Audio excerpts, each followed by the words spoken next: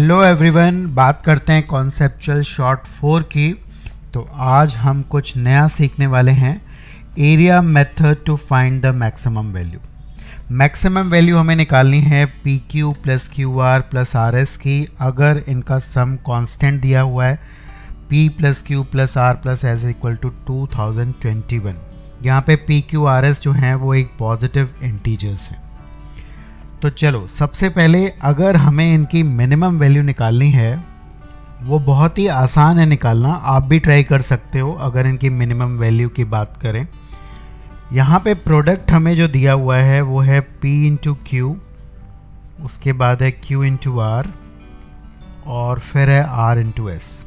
अगर कोई कंडीशन नहीं दी जाती, यहाँ पे सम जो है वो 2021 है, अगर हमें कोई कंडीशन नहीं दी जाती कि सम कितना है, तो मिनिमम इंटीग्रल वैल्यू जो पॉजिटिव हम डाल सकते थे वो 1 डालेंगे, तो उस समय पे हमारे पास मिनिमम वैल्यू आ जाएगी, that is equal to 3। But क्योंकि सम जो है वो कांस्टेंट दिया हुआ है, तो उस केस में मिनिमम वैल्यू ये नहीं होगी। इस केस में हम क्या कर सकते हैं कि अगर हम किसी 3 वेरिएबल्स को 1 1 1 रख दें और बाकी जो है वैल्यू डेट इज़ 2018 हमारे पास रह जाएगा, क्योंकि सम 2021 है। तो इस केस में हम सोच पा रहे हैं कि 2020 जो होगी हमारी मिनिमम वैल्यू हो जाएगी। अगर आप रेंडमली चेक करेंगे, कोई और वैल्यूज़ रखेंगे, तो वो आपको बड़ी वैल्यू देगा। तो मिनिमम वैल्यू निकालना डेफिनेटली ईजी है। तो अब हम बात करने वाले हैं मैक्सिमम वैल्यू की। तो मैक्सिमम वैल्यू के लिए हम लोग थोड़ा सा इसको ऑब्ज़र्व कर सकते हैं। यहाँ पे आप ये देख सकते हैं कि Q और R का प्रेजेंस जो है वो 2 बार है, डैट मीन्स इसका वेटेज जो है वो ज़्यादा है, और P और S जो है वो एक ही बार आ रहा है।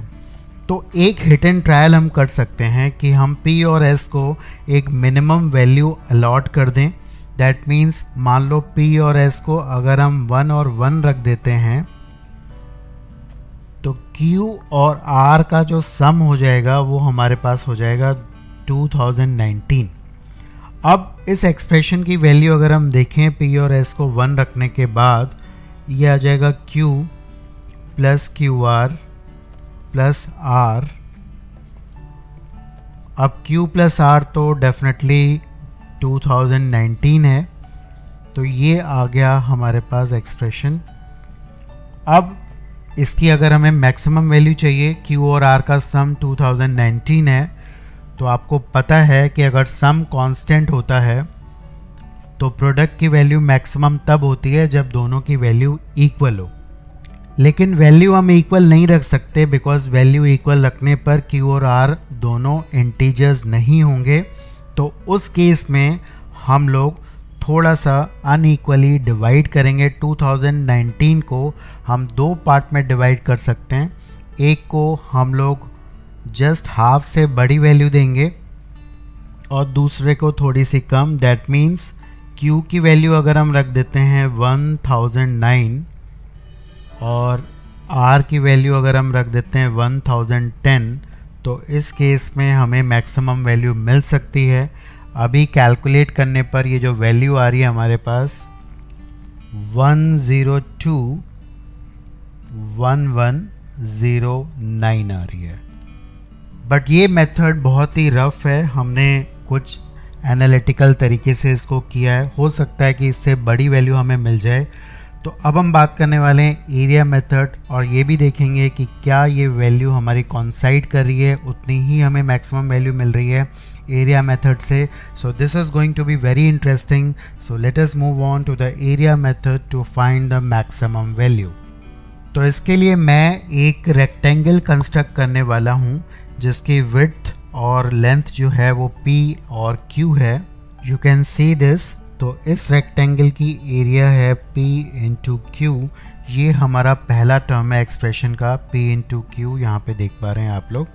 Again we are going to construct another rectangle, एक दूसरा रेक्टेंगल बनाएंगे जिसकी एरिया होगी R इंटू क्यू।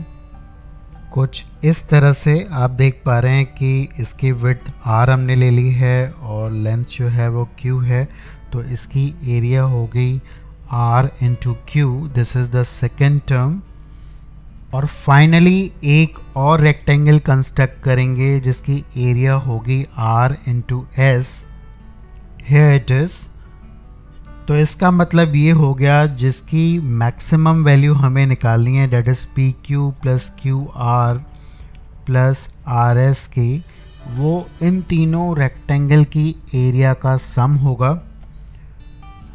अब इस एक्सप्रेशन को हम एक और तरीके से लिख सकते हैं, हम लिख सकते हैं P plus R into Q plus S, but इसमें एक एक्स्ट्रा टर्म आ जाएगा P इंटू एस और उसको हम लोग कर देते हैं सब्ट्रैक्ट। अब इसको हम ज्योमेट्रिकली विजुलाइज कर पा रहे हो, देखो ये जो है ये बड़े रेक्टेंगल की एरिया है, you can visualise this is the rectangle. अब बिगर रेक्टेंगल जिसकी एक साइड आप देख पा रहे हैं Q प्लस एस है और दूसरी जो है वो R प्लस P है, तो ये बड़े वाले रेक्टेंगल की एरिया है और ये हमारा जो रह जाता है वो है PS। तो इस बड़े रेक्टेंगल की एरिया में अगर इस छोटे वाले रेक्टेंगल की एरिया सब्ट्रैक्ट करते हैं तो ये है इस एक्सप्रेशन का मतलब। अब हमें इन तीनों की एरिया, डैट मीन्स हमें P Q plus Q R plus R S का सम अगर मैक्सिमाइज करना है तो हम कह सकते हैं कि इस शेडेड वाले रेक्टेंगल की एरिया को हमें सबसे कम करना पड़ेगा। अगर हम इसको छोटे से छोटा रखेंगे तो हमें इस कंप्लीट एक्सप्रेशन की वैल्यू जो होगी वो मैक्सिमम मिलेगी, बिकॉज ये सब्ट्रैक्ट हो रहा है यहाँ पे। तो ये बड़ा वाला रेक्टेंगल है, इसके तीन जो बाकी पार्ट हैं जो कि बन रहे हैं पी क्यू क्यू आर और आर एस से, that means these three parts, इन तीनों पार्ट को हमें मैक्सिमम करने के लिए हमें इस छोटे वाले रेक्टेंगल की एरिया को सबसे कम करना पड़ेगा। तो उस केस में हम क्या कर सकते हैं, बिकॉज पी और एस हमारे पास क्या है, positive integers, so in that case what we can do, हम इसकी वैल्यू 1 इंटू 1 यानी कि रेक्टेंगल की एरिया जो है वो 1 स्क्वायर यूनिट रख सकते हैं।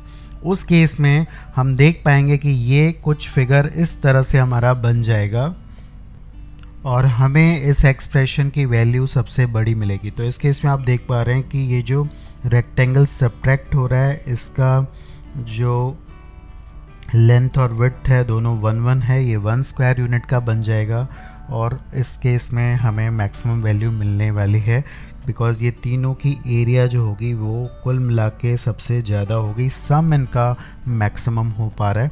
तो ये जो एक्सप्रेशन हमारा चेंज होके आ जाएगा, बिकॉज P और Q 1 हो चुका है, P और S एक्चुअली 1 हो चुका है, तो ये एक्सप्रेशन हमारा कुछ ऐसा बन जाएगा -1। अब हमें निकालनी है इसकी मैक्सिमम वैल्यू।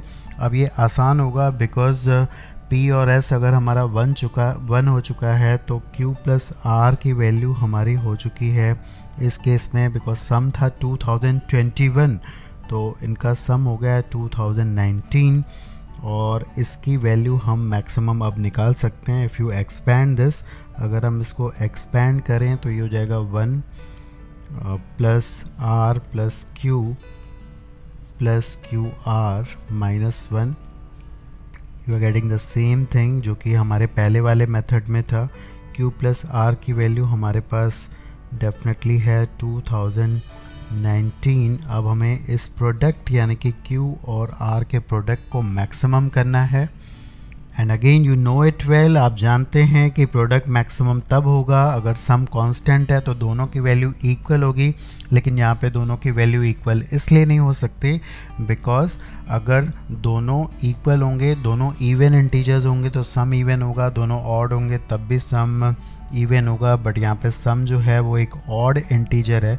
तो इस केस में हमें अगर इसका जस्ट हाफ करेंगे तो डैट विल बी 1009.5, तो हम थोड़ा सा एक को एक्सीड करेंगे, एक को बढ़ा देंगे स्लाइटली और एक को थोड़ा सा कम कर देंगे। सो इन दैट केस Q की वैल्यू हम रखने जा रहे हैं with the same concept, it is 1010 और दूसरे वाले की हम वैल्यू रखने जा रहे हैं 1009, ताकि सम जो बन जाए वो 2019 बन जाए।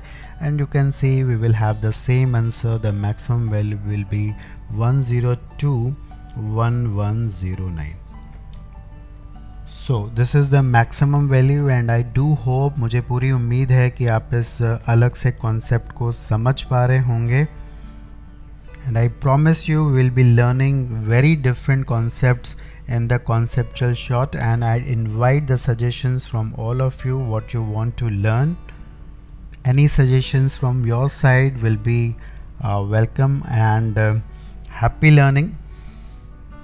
Please don't cram the results. आपको रटने की ज़रूरत नहीं है, हर एक चीज़ को conceptually समझेंगे, पढ़ेंगे, और जितनी डेप्थ में हम जाएंगे उतना सब्जेक्ट इंटरेस्टिंग हो जाएगा। Thank you once again.